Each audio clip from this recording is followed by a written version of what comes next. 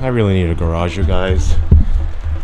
Welcome back to the channel. Today we're going to be doing some track prep work for the car in the name of braking. So let me show you guys what we got.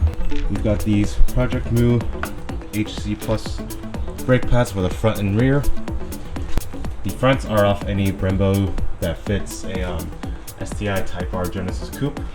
These pads should work. We'll find out if they don't. And for the rears, we're using Type R pads. They fit in the exact same caliper, so this should work as well. For our rotors, we have some StopTech slotted rotors to hopefully help with a little bit of cooling, so hopefully that works. But yeah, this install should be pretty straightforward. The fronts are going to be pretty straightforward to do. Once we get to the rears, I'll show you how to do that with the proper scan tool and how to disengage the electronic parking brake and get that all done. Go ahead and get started. I'll put you guys down on a time lapse. Nothing too crazy with this. Simple brake caliper, pads, and rotor change. So let's get started.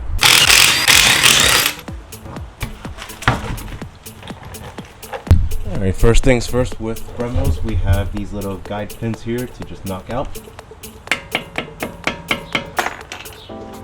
And we can slide out our pads here. So what we're going to do next is take off the caliper itself, and it is held on by a 17 mil bolt.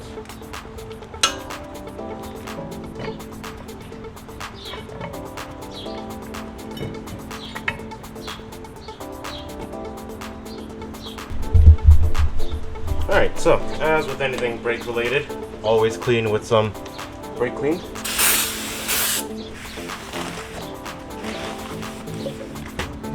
This on.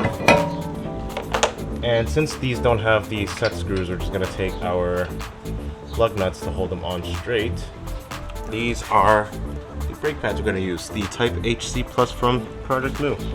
These are a little bit more aggressive than the red stuff from EBCs. I would say they're probably about on par with a yellow, maybe a little bit higher. But these should give us some good fade management, hopefully, so we'll find out, you know? Stay tuned for when we go on track with these pads. Got a chunk missing here. I don't know if you guys can see that. But we got a chunk of the pad missing here, so that might be what's causing some of these squeaking noises. And then the other side doesn't look like it's worn down evenly. Yeah, so the Nissan Rogue rotors, they don't use the entire surface of this. You can see there's a layer here that still has a bunch. There's still a layer here that still has a bunch of material here. So our pads weren't being fully utilized by the Nissan Rogue rotors. Hopefully these will do a little better. We'll find out.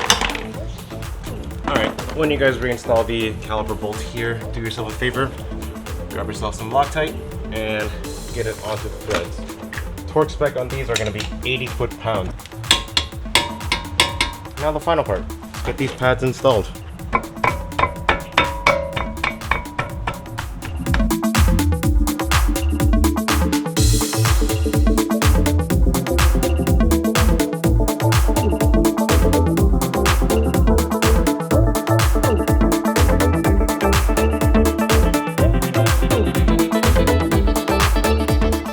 Alright, so we finished the front. Now we're going to tackle the rears. Now, let's start off with this by having a conversation about the rear brakes. These are electronically controlled. What that means is you don't have a mechanical lever going to that rear brake. It is purely a electric powered solenoid that will push out the piston to engage the parking brake. Now, the proper way to do these is you're supposed to disengage that parking brake all the way back in. And the proper way to do it is to have one of these tools. This tool ran me about $180, and it will put your car into a service mode for the rear parking brakes, so that it will go all the way back and go all the way front, engaged and properly calibrate itself. Now, ways that other people have done it, they have taken off the cover and just mechanically twisted a dial on the back to physically retract that piston. You can also take a battery and jump the cables and use the electricity to also retract that piston. do those at your own risk. You break something that's going to be a $300 caliper, save yourself a headache and spend $180 to use this tool and properly get it done.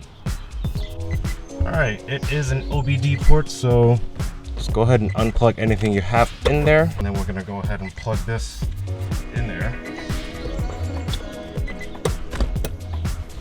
Plug it in, turn your car on, have it on the keyed off position, and then here we have this menu here. We're gonna go over to the electronic parking brake menu right up in the center, and then we're gonna hit the first one for Asian cars and then go over to Honda. Let it do its thing, it'll scan. All right, and then we'll go over to number 5 here where it says adjustment, and it'll have brake pad maintenance mode. We'll hit that, hit OK, and then enter brake pad maintenance mode. Hit OK, and then you'll hear the pistons retract. Good here. And on your dash, your brake lights will be flashing on. That's when you know it's in the maintenance mode. So you can turn the car off and start working on the rear brakes. Alright, so to do the rear brake pads, what we're going to do is take off this clip first, like so, and then we're going to take a flathead to these covers here and take these off, and then the next tool you'll need is a 7 Allen head, like so, and we're going to go ahead and loosen these. These shouldn't be on too tight, and we'll do the bottom one as well.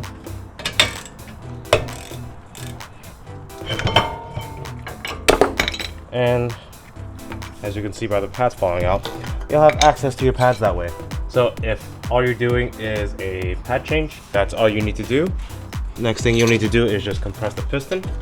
Now we're done with that. And if you're doing pads, you can put the pads on. But we're doing the rotors as well, so let's go ahead and get the rotors off. The caliper bracket is held on by 17s like the front, so grab your 17 and break that free.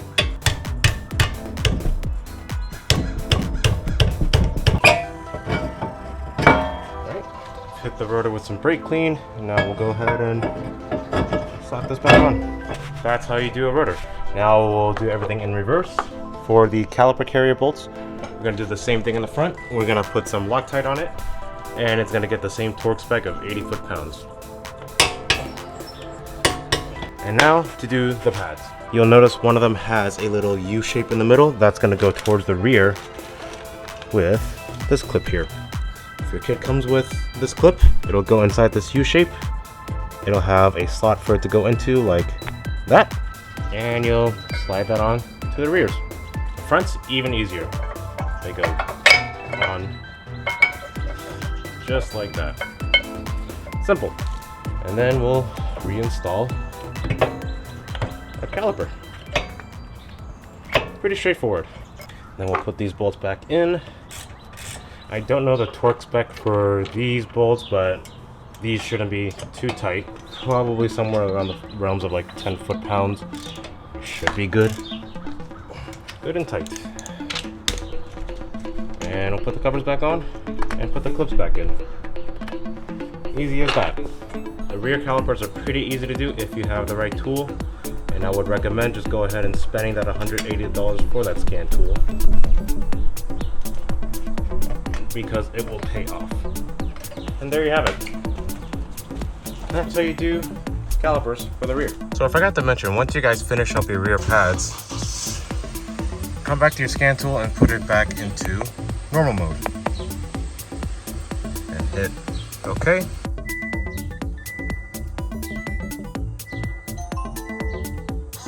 Yep, all brake lights gone. So you're all set. All right, so we have finished installing our brake pads. It's about a couple hours now. And our next step is we're gonna bed in these Project Move pads. And the recommendation that I've seen online is to simply do 15 to 20 stops of roughly 15 to 20 stops of 45 to 50 miles an hour down to 5 miles an hour. Do that 15 to 20 times, let it cool a little bit, by driving for about 5 minutes, then another 15 to 20 harder stops from 60 down to 5 miles an hour. So let's go ahead and get that started. Okay, so we bedded in the brakes. I think they're bedded in. I did about 10 consecutive stops from 60 down to 5, and I could start smelling a bit of the pad material, so I figured it got hot enough to at least start smelling it, that it should be relatively bedded in. So that's it for this video. Hopefully you found the rear parking brake at least part of the video helpful. Be sure to give this video a like and subscribe to the channel. Hit up my Instagram at QMedia, and I'll catch you guys once we head to the track with these pads. Peace out.